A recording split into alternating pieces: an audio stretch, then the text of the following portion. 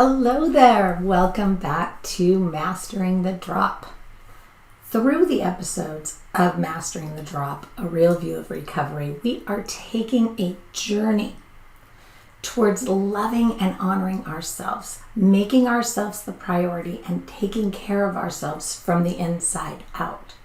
This month, we are focusing on the levels of addiction, the pressure of comparison, which means we are talking about what addiction and recovery really look like, how not all addictions are the same, and why no two stories are the same, as well as today's conversation about how severity levels truly vary. So I'm going to start the conversation around just that, so that we can shift into then learning how to know where either yourself or a loved one may fall on the scale.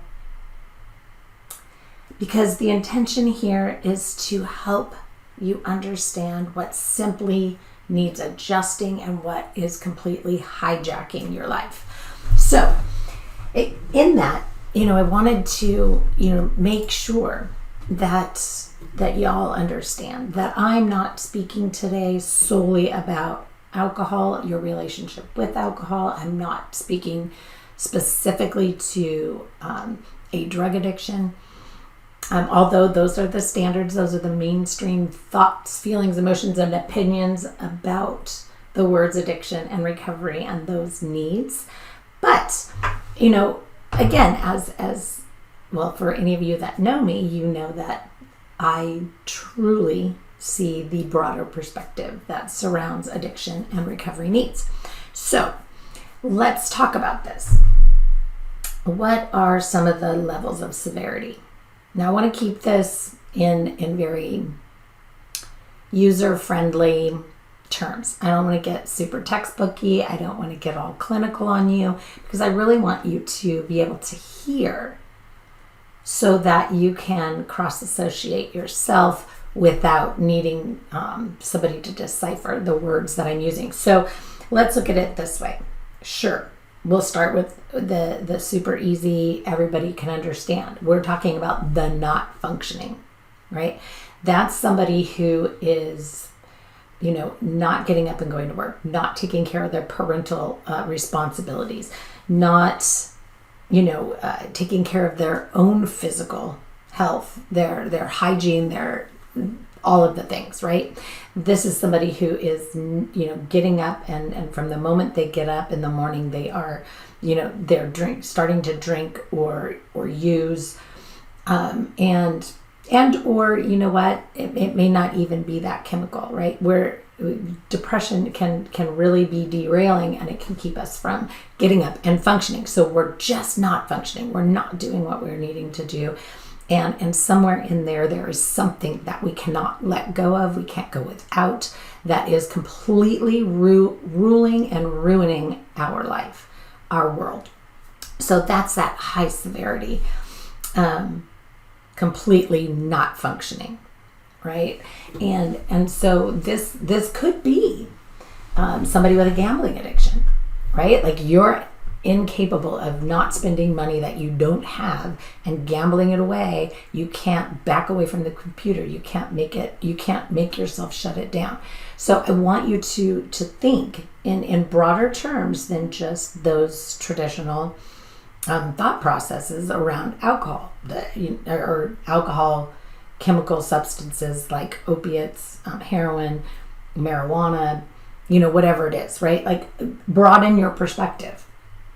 If you can't put down your cell phone and you are just engrossed all day long, perhaps you're a stay-at-home mom and all you can do all day long is stare at this thing and be completely derailed and emotionally pulled into this cell phone world of social media. If you're not functioning, if you're not doing the things that you need to do, if you're not taking care of your physical, emotional health and or those others that you are responsible for, we're not functioning. We have an extremely high level of severity. Now, there's let's call it I'm moderately functioning, which means, I am getting up in the morning.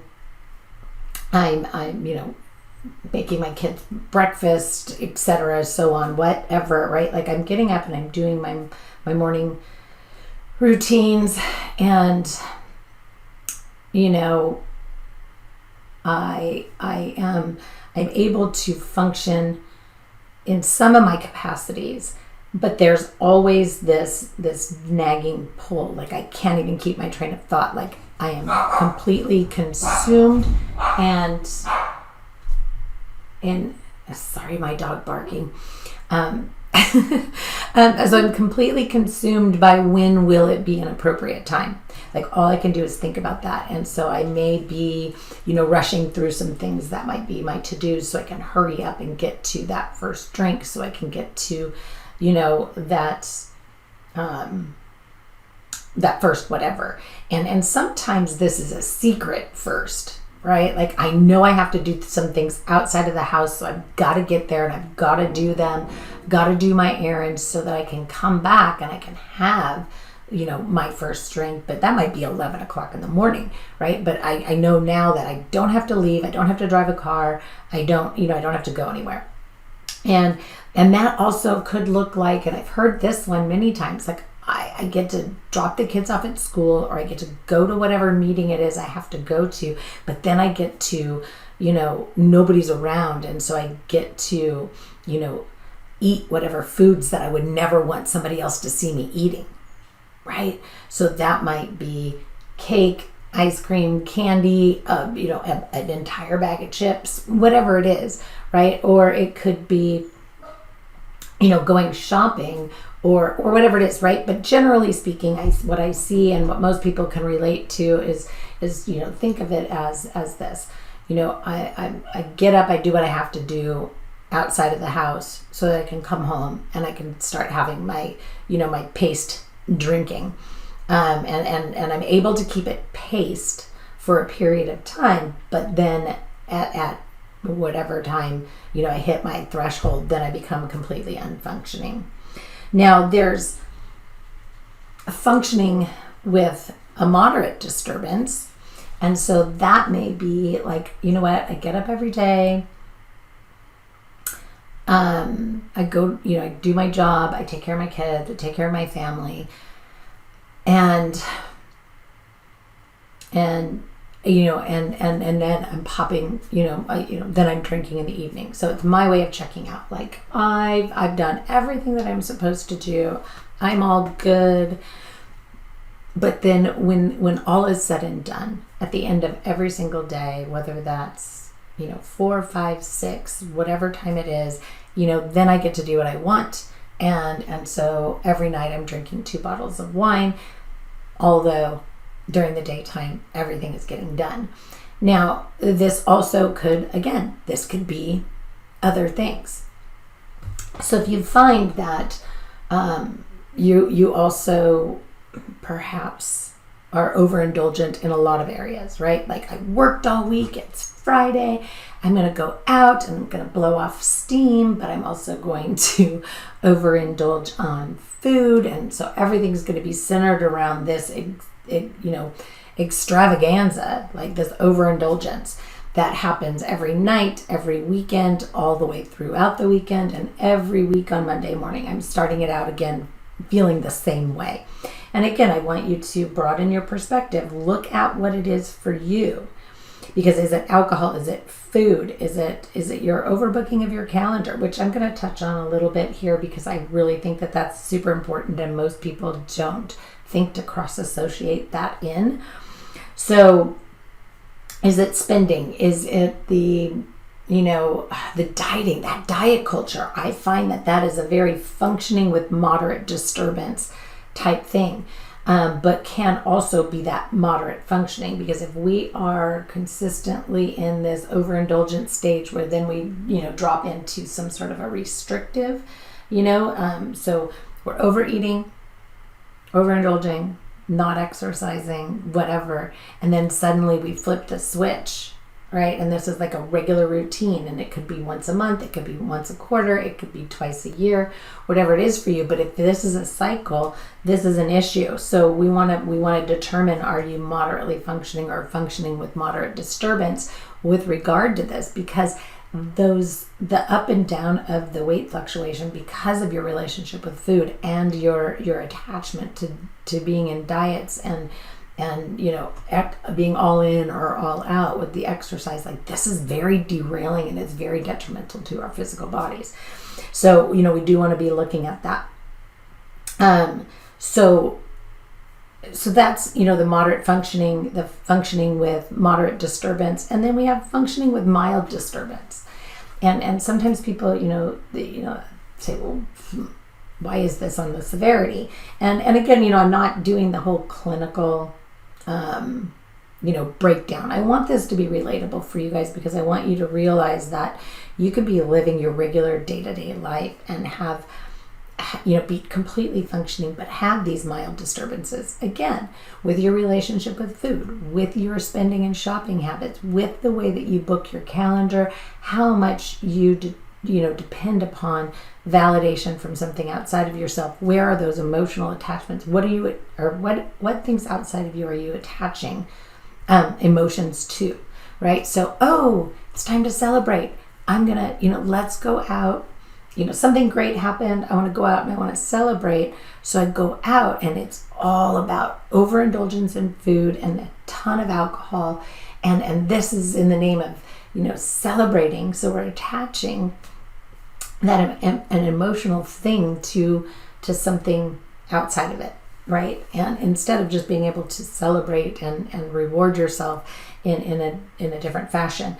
And so the mild disturbance is that, no matter what it is, if I'm angry and I'm annoyed, I have to seek something outside of me, right? Like, oh my gosh, I've just gotten this huge argument with my boyfriend or my teenager or whatever. I've got to run to the 6-pack of beer. I've got to run to the pack of cigarettes. I got to run to, the pizza or the bucket of ice cream because something's not really going right for me, right? These can be mild disturbances, but they are definitely ineffective coping skills, and they can lead to so much more. And so, this is, attachment disorders, which is addiction, and recovery can absolutely happen. So we want to be looking at, all of these different areas. So what are the severity levels? What are the things that are not functioning for you? What is no longer serving you? You need to know. You want to find out. You want to be open and honest with yourself. And again, remove that standard stigma of it having to be all chemical in nature, because you may be completely not functioning in your relationship with food, but your drinking habits could be functioning with just a moderate disturbance, right? Like, so we can have all these different layers and textures and needs, recovery needs, and we can have different treatment needs, and we could, honestly, I put together some really incredible collaborative treatment teams for people that have these, different and varying degrees of issues. But I also work with people in all the different tiers, like, so where we might start out with, somebody having an overeating, an eating disorder or disordered eating habits, that are completely not functioning, are totally derailing them emotionally and physically and socially in their health and all of those things. But then we uncover that as this high severity thing is there, we find some moderate and mild disturbances in other areas, whether that's, the shopping, the people-pleasing, codependency, the overbooking of the calendar, and their relationship with alcohol. And so we have all these different layers and textures, so you want to be able to identify where you are with what that is in your life. And you want to be able to, uncover some of these different things. The social dimension of it, the emotional dimension, and the physical dimension of it. So we want to be able to look at and really seek to understand all of these different levels. And so, Next week and the week after, I have planned to have some really amazing guests. They're friends of mine, they're colleagues of mine, coming to join me so that we can talk about all of these wonderful options and how to choose which one matches whatever layer or level you're at, and how you can, start to identify some things. But for now, I want you to be looking at, your relationship with things outside of yourself. And then let's talk really briefly here about that calendar. I know I've touched on it a couple different times, but what does your social calendar look like? What does your work calendar look like? How about your personal accountability calendar, right? Like those activities of daily living that you have to do. And where do you have this? Workaholism is a real thing, and people pleasing is a real thing. And so if we're constantly having to fill our calendar with things with and for other people, and we aren't leaving any white space for ourselves, we have to know what's fueling that and what level of severity that is as well. And this is oftentimes for me one of the hardest things to get people to see, embrace, and understand, because they are so passionate about so many things. In fact, I had one client, that it was, like, hey, I'm a business owner, I'm a mom, I have kids, I'm a wife, but I also have a passion to help in social reform, and I have a passion to be part of, different movements and support things that I believe in, and all of these things. So there was never any white space. And so that emotional coping, right? Whenever there was a quiet moment where maybe there could be these secret moments, there was this complete, overabundance of emotional eating. I mean, think about it. When you find yourself, sitting alone in a hotel room and you see the menu and nobody's around, nobody's going to see you, like, cool, this is awesome. I get to order everything and I get to taste it, and I just get to sit here and watch movies and nobody needs me, right? So we find this, it's the functioning with moderate disturbance, because what do I do when I do get those moments? Like, how am I trashing myself? How am I ruining or falling into some of my other levels, layers, and textures of my addiction severity, or attachment severity, however you want to look at that, right? So again, I don't want to belabor it, but I felt like this was an important conversation to have before we move into what's coming up next week and the week after, which is really the fun part, which is, getting to know what is available, because we clearly know about, the 30-day, residential, we know about detox, we know about stabilization, we know about medication assisted programs, to help us with our chemical addictions. We know that there are programs for, severe eating disorders like anorexia, etc. But what we don't realize is the different levels of severity that come in with that, right? There's a big difference between, with eating disorders, these levels of severity are also very important to understand. And so you want to be able to know, if you think that you have, any potential that you have an eating disorder, I do want to have a conversation with you. But I want you to think along these lines. Because generally, it's either the, overindulgence with, potentially some compensatory measures, which is the elimination measures. And then there's the extreme restricting. And oftentimes, some indulgence with some extreme restricting as that punishment. Like, I can eat this today as so long as I don't eat for the next 3. Those kinds of things. So we want to talk about where that severity level lies in there, because we're going to start exploring what are some of the treatment options for that. And so it doesn't mean that we necessarily need to go check in somewhere, but it may mean that we need, if it's our relationship with food, right? Like, we have to be willing to look at the different levels of severity, because it can be pretty significant, because we do all need food. We have to have food to survive, and it's just a fact. And so that one's a little bit special, near and dear to my heart.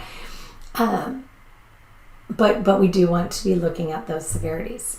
Not functioning, moderately functioning, functioning with moderate disturbance, and functioning with mild disturbance. So again, that relationship with food's a very, very serious one. So don't discount it as not the same as somebody who's a highly non-functioning alcoholic.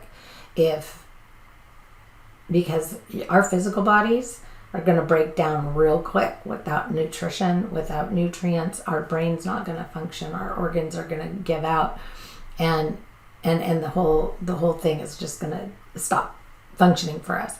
It's like a car without gasoline. Without gasoline, it's not going to get you very far. It's not going to last you very long. If you're improperly, adding fluids. So if you put latex paint in the radiator, it's not going to function for you really well, or for very long. In fact, it'll probably just break down. So we want to be talking about that, and it's really important. So hit me up, send me some DMs, so that you feel like your questions are being answered in a private situation or surrounding. Feel free to reach out to me via text message.